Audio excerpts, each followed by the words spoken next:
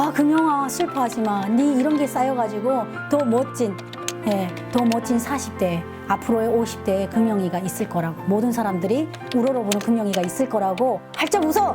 너는 지금 잘하고 있어.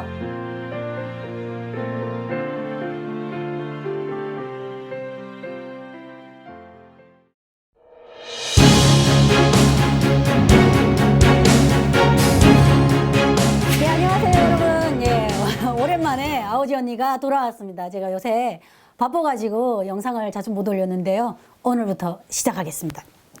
최근에 네. 영상을 보니까 네. 재산이 몇십억이라고 올라왔더라고요. 아, 예. 아, 뭐, 그게 좀, 좀 이렇게, 많게 얘기될 수도 있을 수도 있는데, 제가 살다 보니까 그렇게 또, 왔더라고요. 이 자리까지.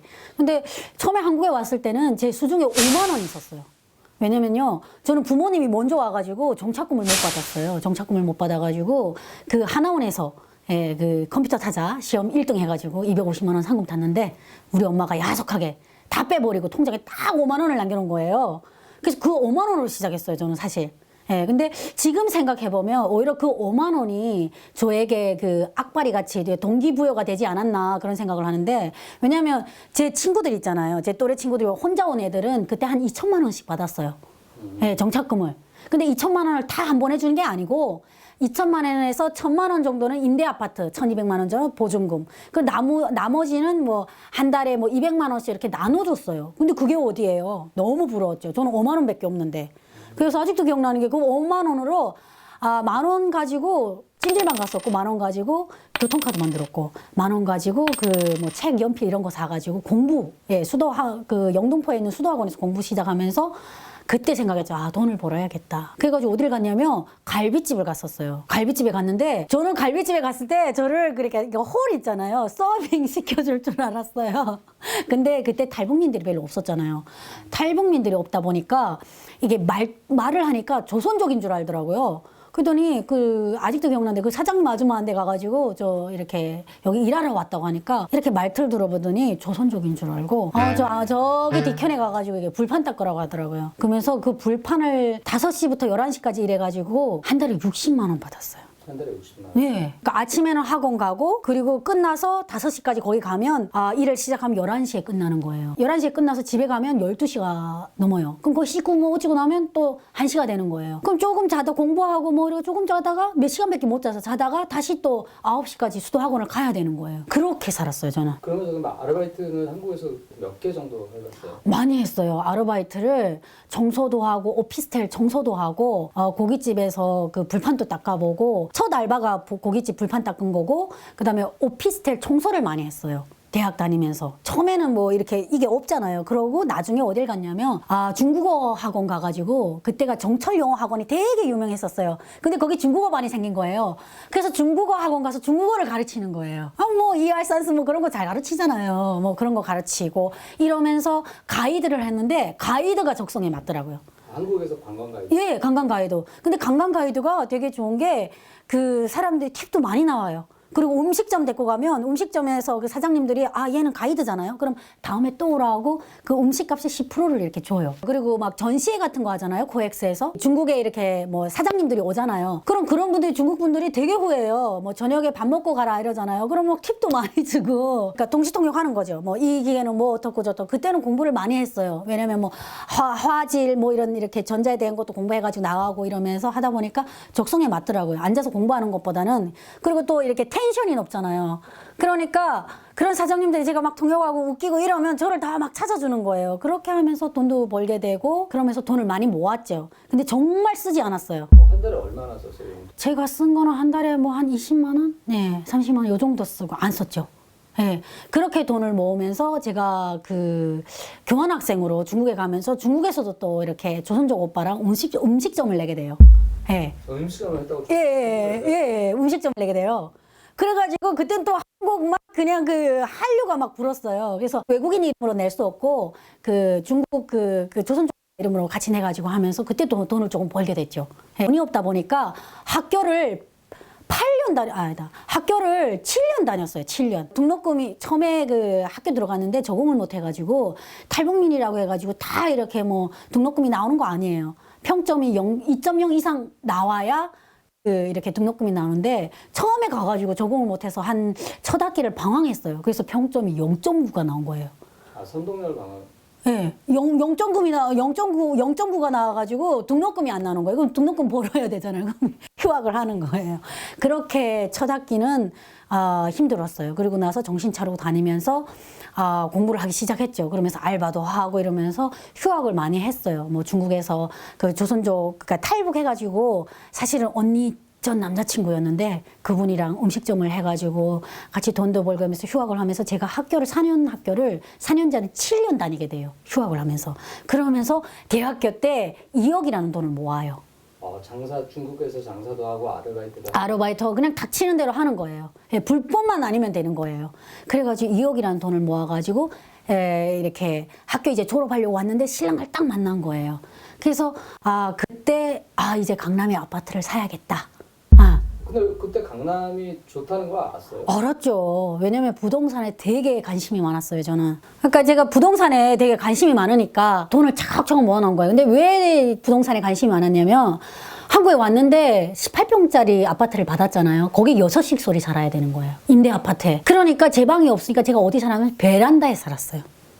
나만의 공간이 필요한데 큰 방에는 엄마 아빠, 작은 방에는 여동생 남동생, 그리고 언니는 힘드니까 밖에 나가 살고 저는 늦게 왔잖아요. 그러다 보니까 그 집에 그 거실 베란다 있잖아요. 거기에다가 스티로폼 깔고 위에 그 이불 깔고 앞에 행거 하나 놓고 옷 걸어놓고 뒤에 화장대 놓고 거기 쪼그리고 자는 거예요. 16평 아파트.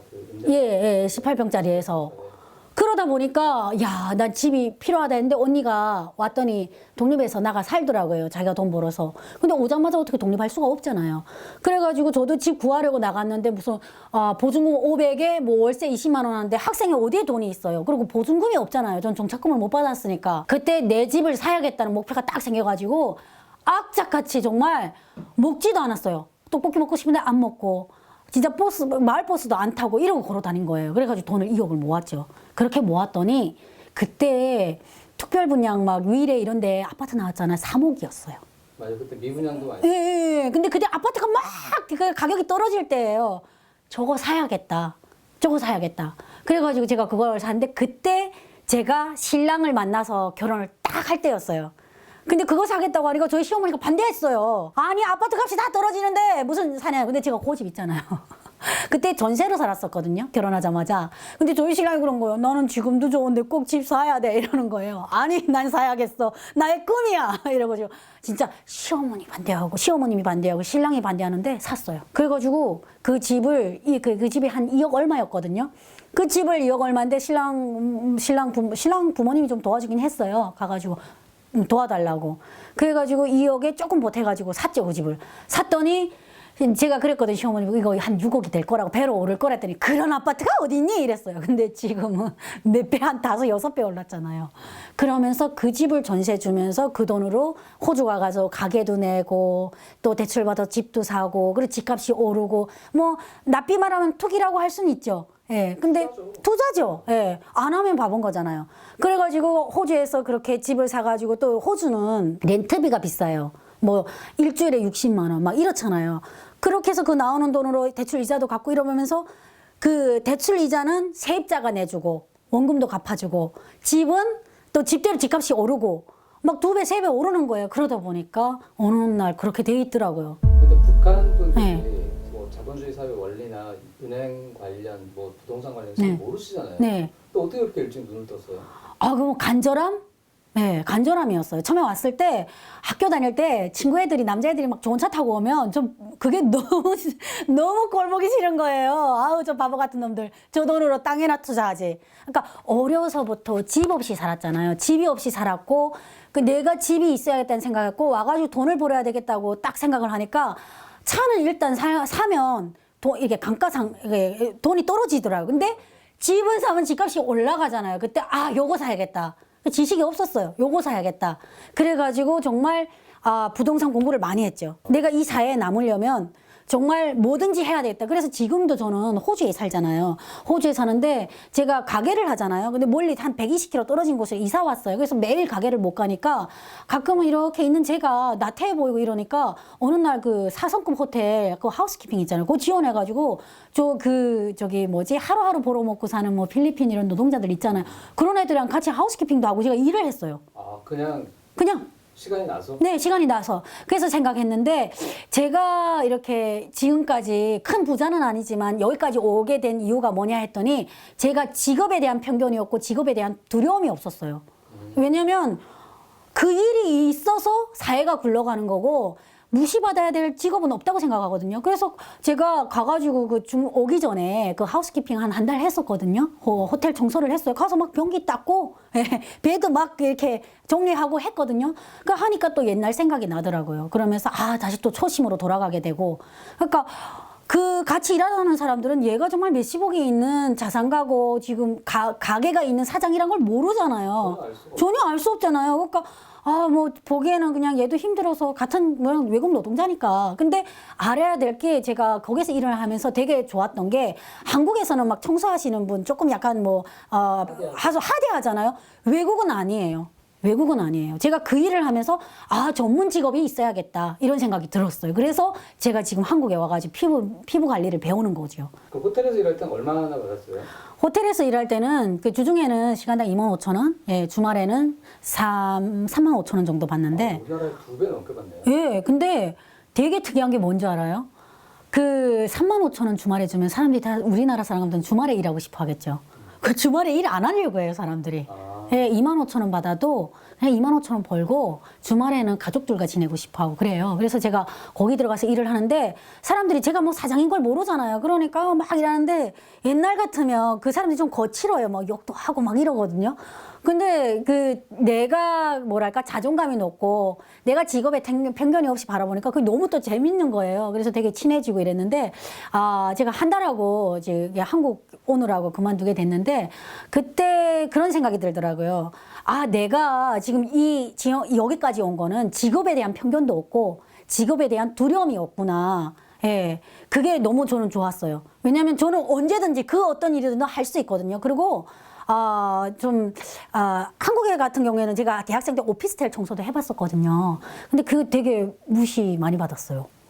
좀 힘든 일이 많았어요? 예. 왜냐면, 호주에서는 겪지 않았는데, 그 학생 때 뭐 가이드라는 게 항상 있지 않잖아요. 그러니까 뭐 방학 때 같은 경우에는 일이 있으면 그냥 나가는 거예요. 뭐 단돈 10만 원 준다, 5만 원 준다 해도 가는 거예요. 그래서 제가 제 후배들 막 끌고 가서 청소한 적이 있어요. 걔도 강남에 잘 사는 집에 뭐 교장 선생님의 아들인데 데리고 가가지고 야, 집에서 놀면 뭐해? PC방 가서 놀면 뭐해? 하고 데리고 가니까 그 아버님, 어머님들이 되게 좋아했어요. 맨날 PC방 가서 게임하는 제 아들을 북한에서 온 대학교 누나가 야, 오피스텔 청소하자, 사무실 청소하자 끌고 가니까 가서 막 정세하고 막 같이 팁 받으면 뭐 돈이 있는데도 팁 받으면 2만 원 받았죠. 10,000원 줘 누나 막 이러는 거예요. 그래서 둘이 나눠갖고 예, 그리고 그러니까 걔는 강남에서 곱게 자라는데 같이 가서 청소를 했잖아요. 그러면 그 청소비로 가가지고 부모님 뭐 맛있는 거 사주고 이러니까 그 부모님들도 되게 좋아하더라고요.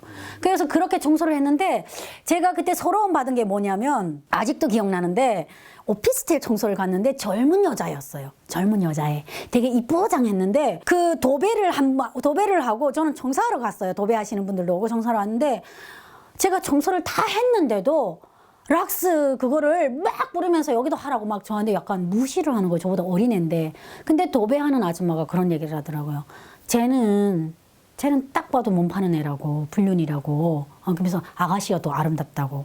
그래서 딱 봤더니 나이 든 아저씨인데 치과 의사였던 것 같아요. 와가지고 그 여자의 그 방도 잡아주고 뭐 이렇게 놔주는데 걔가 나를 무시하는데 처음엔 약간 그게 너무 기분이 안 좋았었거든요. 근데 그 남자가 와가지고 왜 그래? 그 아저씨가 와가지고 왜 그래? 깨끗한데. 그러니까 너무 그 여자애가 저한테 갑질을 하니까 왜 그래? 그냥 내버려둬. 막 이렇게 내버려둬. 이렇게 얘기하는데 그걸 딱 보는 순간 하나도 제가 초라하지 않더라고요. 왜냐면 저는 어떤 사람의 도움으로 사는 게 아니라 청소를 해가지고 제 힘으로 살잖아요.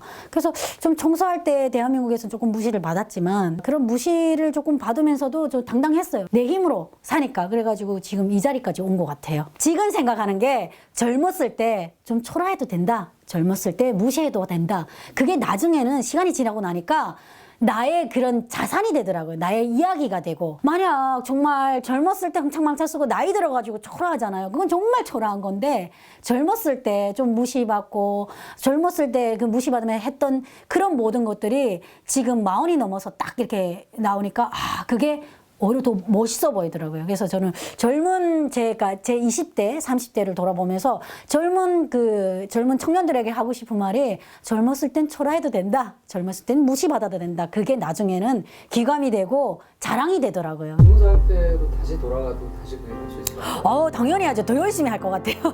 그리고 20살 때 다시 돌아가서 그 일하는 금명이에게 하고 싶은 말이 있어요.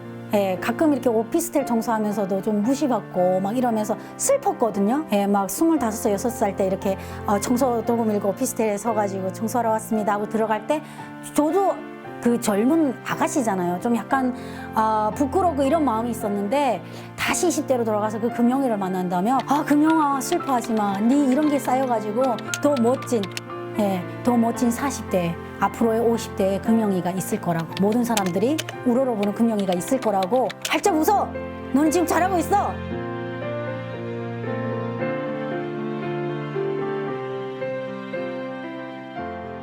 제가 그렇게 뭐 지금 무슨 몇십억대 부자라고 해가지고 막 진짜 호화롭게 살고 그런 게 아니에요. 지금도 아끼면서 살고 지금도 지하철 타고 다니고 지금도 버스 타고 다니고 그렇게 아끼면서 살아요. 습관이 아끼는 습관이거든요. 커피도 싼 데 가서 사 마시고 똑같아요. 옛날이나 지금 몇십억 부자라고 해가지고 막 와 여러분 보기에 제가 무슨 명품 들고 이렇게 다니는 것 같죠? 아니에요. 똑같아요. 그게 그 습관이 있어서 지금 이렇게 사는데 다만 옛날과 달라진 게 있다면 내가 생활비 걱정 안 하고 어디 가고 싶을 때 갈 수 있고 좀 여유롭게 산다는 거예요. 근데 그걸 지키려면 지금도 저는 소비 이런 거 습관을 아끼면서 살고 있어요, 여러분. 예, 그러니까 저는 북한에서 태어나가지고 한국에 와가지고 살다 보니까 세상에 공짜는 없다. 흥청망청 살면 앞으로의 미래도 보장할 수 없어요. 그래서 제가 여러분들에게 말하고 싶은 건 아끼면서 절약하면서 성실하게 직업에 편견 없이 뭐든지 준비된 자만이 노후를 여유롭게 보낼 수 있다. 그런 걸 알려드리고 싶었습니다. 혹시 그러면 네. 대한민국의 젊은 청년이 네. 혹시나 네. 호주가 있는 금영씨한테 연락을 해서 네. 나 일하고 싶다 그러면 컨설팅 해주실 수 있나요? 젊은 청년들한테. 해줄 수 있죠. 버리고 와야 돼요. 자기 자신. 내가 왕년에 뭐고, 내가 어느 학교 나오고, 내가 뭐 어떻게 자라고 이거 다 버리고 와야 돼요. 진짜 밑바닥부터 시작할 청소도 하고 가서 아몬드도 뜯고 오렌지도 뜯고 자기 인생에 모든 걸 내려놓고 사람이 나올 때 다 빈손으로 나왔잖아요. 그 모든 거 내려놓고 밑바닥부터 시작해가지고 거기에 정말 자기를 관리하면서 소비를 줄여가면서 자기가 목돈을 만들어가가지고 자기가 뭔가 읽어내잖아요. 그게 또 이 성취감이 인생에 대한 그 하나의 행복인 것 같아요. 모든 게 다 주어졌다면 행복할 수가 없는 것 같아요. 그래서 저는 처음에 딱 왔을 때 막 젊은 친구들이 저는 호주에 와가지고 한번 해라. 왜냐면 한국보다는 되게 좋아요. 왜냐면 자기가 일한 만큼 벌 수 있잖아요. 월급도 높고. 그래서 와가지고 뭐 1년에 2천만 원, 3천만 원 벌어가는 학생들 많아요. 근데 그 벌어가가지고 한국에 와가지고 다 써버리더라고요. 예. 다 써버려. 그러니까 정말 열심히 사는 것도 좋고 정말 악착같이 모으는 것도 좋은데 또 한 가지 쓰는 게 정말 중요하더라고요. 정말 목돈을 만들어서 머리를 걸려가지고 정말 투자도 하고 이렇게 살아야 되는데 뭐 열심히 사는 애들도 있지만 그걸 또 확 써버린 애들이 있어서 성공 못. 그러니까 이게 다 갖춰줘야 될 것 같더라고요. 그래서 저는 대한민국 청년들에게 많은 외국을 돌아다니면서 살아야 된다고 저는 얘기를 해요. 그래야 보는 것도 많고 잃는 것도 있지만 얻는 것도 있고 이렇게 생각하거든요. 전략하고 소비를 줄이고 목돈을 만들어서 목표를 가지고 이렇게 살다 보면 저는 성공한다고 생각해요. 헬조선 하는데 그거는 뭐 살기 힘든 건 맞아요. 맞는데 본인이 하기 나름이라고 생각해요. 그래서 모든 이렇게 젊은이들에게 하고 싶은 말은 준비된 자에게 기회도 오고 예, 운도 온다. 그리고 또 기회가 왔을 때 그걸 잡을 수 있다. 이래가지고 저는 그런 예, 조언을 해주고 싶어요. 예. 오늘 아오지 언니가 뭐 큰 부자는 아니지만 여기까지 온 이런 얘기를 해줬는데 여러분들께 어떻게 도움이 됐으면 좋겠습니다.